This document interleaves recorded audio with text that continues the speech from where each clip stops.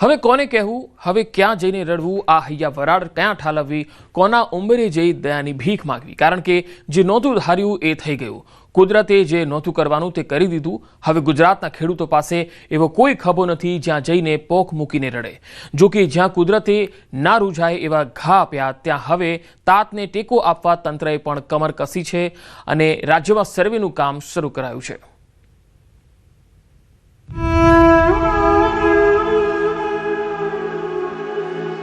આ ઘા કેમ રૂઝાશે?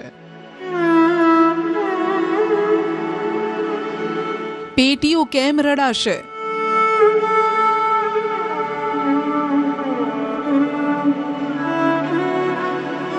દીકરીનો કરિયાવર કેમ કરાશે? ને ઘરડા મા બાપના ઓરતા કેમ પૂરા થશે?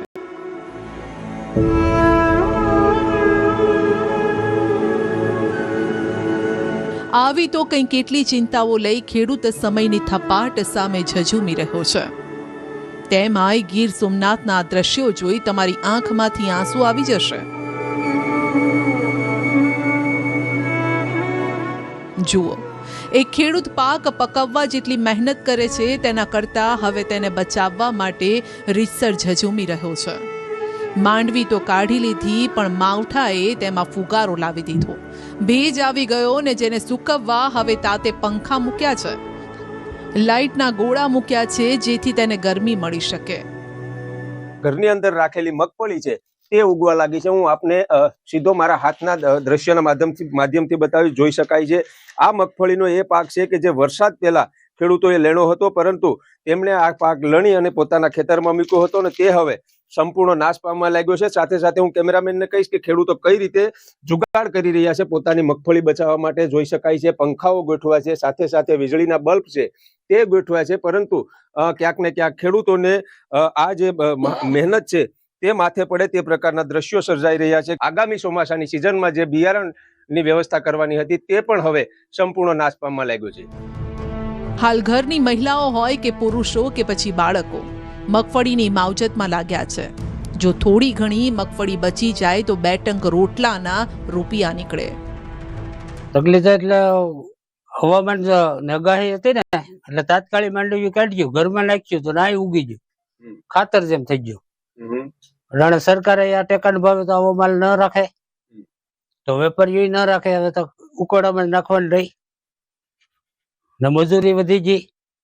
હજી પણ ફેરવીએ હમી કરીએ તો એ બધી ઉગતી આવે. કે કાયમ નામી ફેરિયાની ઉપર લેપ મેલીએ, પંખા રાખીએ તો હજી ડેમેજ થતું નથી. ને અત્યારે માંડવી આવ સંપૂર્ણ ડેમેજ થઈ ગઈ. ખેતરમાં જે સારો બગડી ગયો છે બરોબર, અને ઘરમાં ભરીને જે રાખી છે માંડવી એ પણ અત્યારે ઉગવાની શરૂ થઈ ગઈ છે બરોબર. સંપૂર્ણ માલ ડેમેજ થઈ ગયો છે.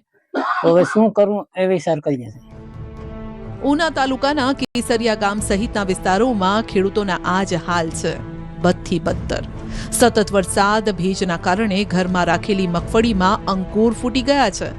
ખેડૂતો હવે પોતાના જ ઘરમાં પાક બચાવવા માટે રાત દિવસ મથામણ કરી રહ્યા છે ને કહી રહ્યા છે કે હવે મગફળી બચાવવી અશક્ય છે. ઘણા વિસ્તારોમાં તો પશુધન માટેનો ઘાસચારો પણ ખૂટી પડ્યો છે.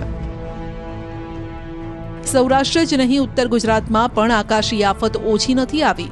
જુઓ, ખેતરો હજુ પણ જળબંબાકાર છે ને પાણી સુકાવાનું નામ નથી લઈ રહ્યું.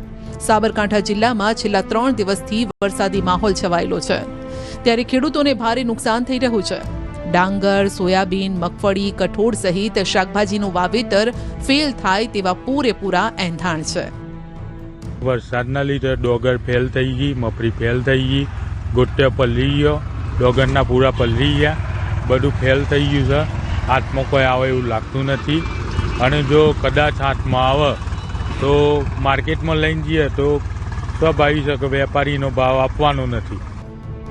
ખેડૂતોને નુકસાની એવી આવી કે જેની ગણતરી થાય તેમ નથી. કુદરતે એવો ઘા કર્યો કે થીગડા મારવા છતાંય તે પૂરાય તેમ નથી. ત્યારે ખેડૂતો માંગ કરી રહ્યા છે કે સરકાર કંઈક મદદ કરે. ડાંગરની જે બહાર લાવવાની હતી અત્યારે હાલ જે ખેડૂત મહેનત કરીને જે ડાંગરનો પાડા છે પાડા ઉપર ખેતરના પાડા ઉપર મૂકી રહ્યા છે એટલે કે કઈ રીતે ડાંગરને બચાવી શકાય, પરંતુ જે વરસાદ પડી ગયો છે તેના કારણે જે માર્કેટમાં વેચવા જશે તો પણ તેનો પૂરતો ભાવ નહીં મળે. આ ઉપરાંત જે કઠોળ પાક હોય, શાકભાજી હોય કે અન્ય પાક હોય અને મગફળીમાં પણ આ પ્રકારની પરિસ્થિતિનો સામનો કરવો પડતો હોય છે. એટલે ખેડૂતોના હાથમાં આવેલો કોળિયો અત્યારે હાલ તો છીનવાઈ રહ્યો છે.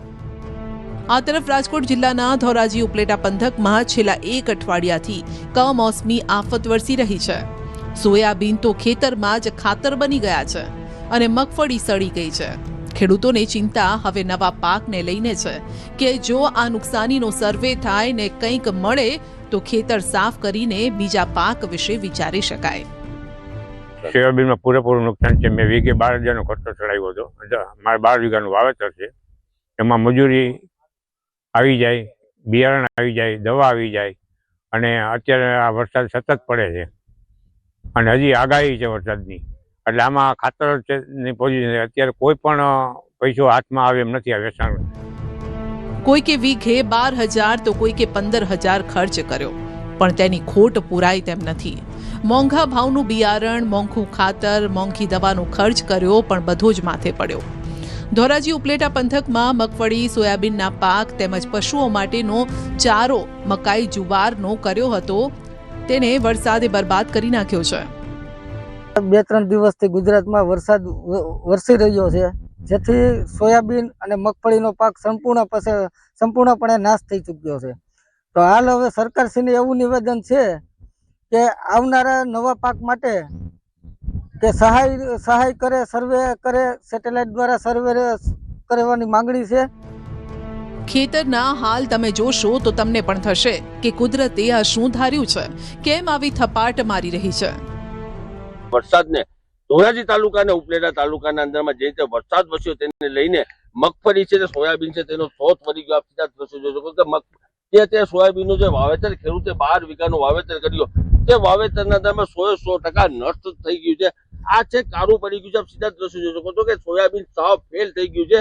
ખેડૂતો અત્યારે એવું કહી રહ્યા છે કે અત્યારે જે ધિરાણ લીધી છે અને જે વ્યાજે પૈસા લીધા છે સરકાર દ્વારા તાત્કાલિક ધોરણે આ સર્વે કરી અને જે વ્યાજ છે અને જે ધિરાણ છે તે માફ કરવામાં આવે તો ખેડૂત બચી શકે. અરવલ્લી જિલ્લામાં છેલ્લા 1 અઠવાડિયાથી બદલાયેલા વાતાવરણથી ઠંડીના બદલે હવે ચોમાસું બેઠું હોય તેવો ઘાટ ખડાયો છે. જિલ્લાના મોડાસા, બાયડ, ભિલોડા અને મેઘરજ તાલુકામાં સતત કમોસમી વરસાદ યથાવત છે.